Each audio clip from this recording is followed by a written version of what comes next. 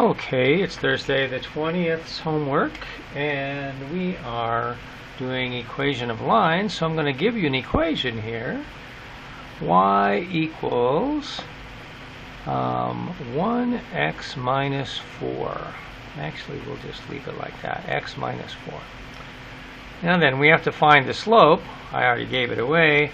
If there's nothing in front of x, that number is 1. So when it says, what is the slope? You're going to say m equals 1. Okay? It says what the y-intercept is. Well, the y-intercept is the number at the end. The y-intercept is negative 4. If I write the coordinate, that's what I want. So I'm going to write the coordinate. The x-intercept. Now, you can't tell the x-intercept just by looking at this. There's a formula that you have to find. The x-intercept is the opposite of the b number divided by the m number. So if I take the opposite of 4, that's positive 4, divided by 1, 4 divided by 1 is just 4. So the x-intercept is 4, 0.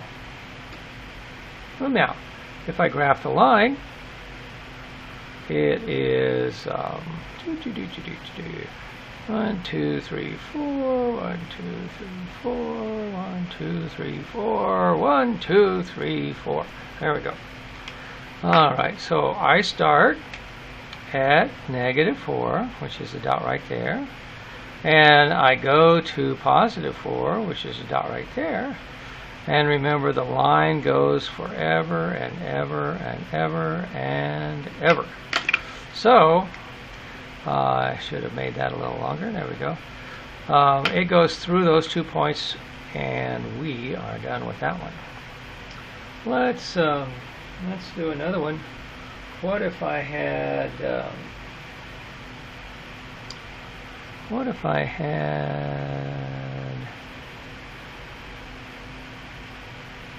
we'll just leave these things here so we know what we're doing, and then off we go. All right, what if I had 3x plus 6?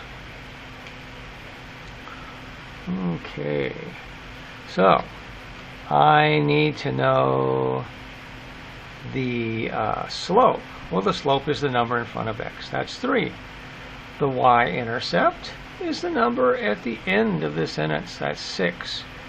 How do I find the x-intercept? I take the opposite of b and divide it by m. So in this case, it would be negative 6 divided by 3. Right? Negative 6 divided by 3. Well, that's negative 2. So that tells you that the x-intercept is negative 2 and the y-intercept is positive 6. If I drew that, here's negative 2, there's positive 6. My line goes like this, forever and ever and ever. There you go. Now let's look at the bottom one. What if I gave you something like this? Given f of x equals negative 3x minus 2. Plus 2. Negative 3x plus 2. So this whole thing, f of x, that's what we're dealing with, right? So what does it mean to say f of negative 2?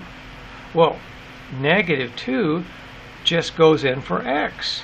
See, 2 right here, negative 2 is taking the place of the x right here.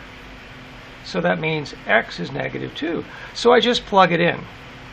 So if I want to know what that is, I have to do negative 3 times negative 2 plus 2. I just plugged it in. Right? All I'm doing is putting that negative 2 there. So f of negative 2 is, and we're just looking for what is the y value when x goes in. Well, this is positive 6 plus 2. That's 8. All right? So what's f of 4? Well, if we do the same thing, negative 3 times 4 plus 2. Well, that's negative 12 plus 2. That means f of 4 is 10. Negative 10. That's what I said. There we go. Find the 0. What are they saying when they say find the 0? Do they mean put 0 in there? No, no, no. When they say find the 0, they want to know the x-intercept. Hey, and we know how to do that. That's up here. So, all I have to do is take b, the opposite of b, that's negative 2, and divide it by negative 3. That gives me 2/3, right? 2/3, because negative divided by negative is positive. And so when they say find the 0, what they're looking for is what is the x-intercept? 2/3 is the x-intercept, right? If I draw that picture, easy smeezy, right? I mean, I know when negative 2 goes in, positive 8 comes out. 1, 2, 3, 4, 5, 6, 7, 8. Holy smokes, way up there. So that's one dot. When 4 goes in, negative 10 comes out. So this is not going to fit on my graph here. 1, 2, 3, 4. 10 is way down here. So 4, 10. And then my x-intercept is 2/3, which is right about there. My y-intercept is 2. That's right about there. Boom, boom, boom. The whole graph. If they don't line up, you did something wrong. Let's try one more just like this, because I got a tricky one for you. And that is, what if I had f of x equals 3 minus x all divided by 4. 3 minus x all divided by 4. Well, you have to know that that's you have to let's see, distribute the denominator, because whenever you look at this, 3 is divided by 4 and x is divided by 4. So this is the same thing as saying f of x is 3/4. That is in my way. 3/4 minus x/4, which is the same thing as saying 1/4 times x. So 1/4 x, right? So let's write it that way. 1/4 x.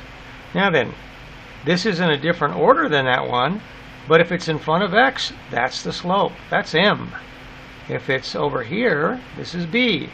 If there's no letter next to it, if x is not next to it, then that's b. This is m. Okay? So, does it help? Does it matter over here? No, because whenever I say what's f of negative 2, all I'm doing is 3/4 minus 1/4 times negative 2.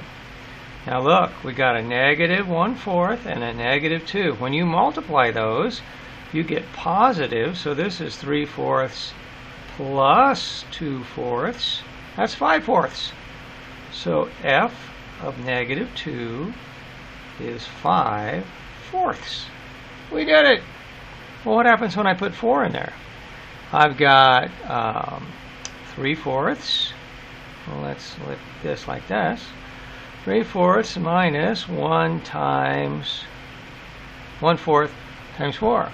Well, 1/4 of 4, if I multiply negative 1/4 times 4, remember you have to multiply before you can subtract, that's going to be negative 1. So that's really 3/4 minus 1. Well, 3/4 minus 1 is negative 1/4. So f of 4 is negative 1/4. Okay. Whoops. Now let's find the 0. Remember, that's the x-intercept. You have to take the opposite of b, which is this one, 3/4. So I'm going to take negative 3/4, and then I'm going to divide it I'm going to write it this way. Divide it by the slope. Now the slope is also negative. Negative 1/4. You can remember to, what is it, 5th grade maybe? 5th grade? When you divide fractions, you multiply by the reciprocal. So we're negative 3/4 times 4/1. Because we have to do the reciprocal of this. Multiply by reciprocal. Alright? That's the whole plan. Reciprocal. I forgot my A. There we go. So negative times negative is going to be positive. And then I'm going to have 12/4, which is 3.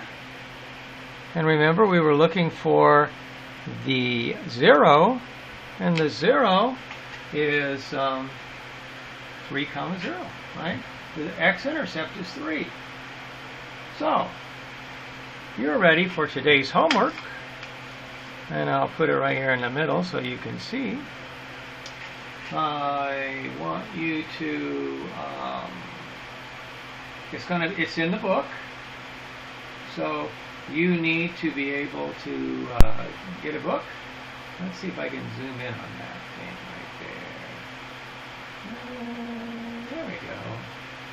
There you go. Okay, so it's in your college algebra book. If you didn't go get one last week, shame on you. But maybe you can find one of your friends that got one and they can take a picture of it and mail it to you. Right?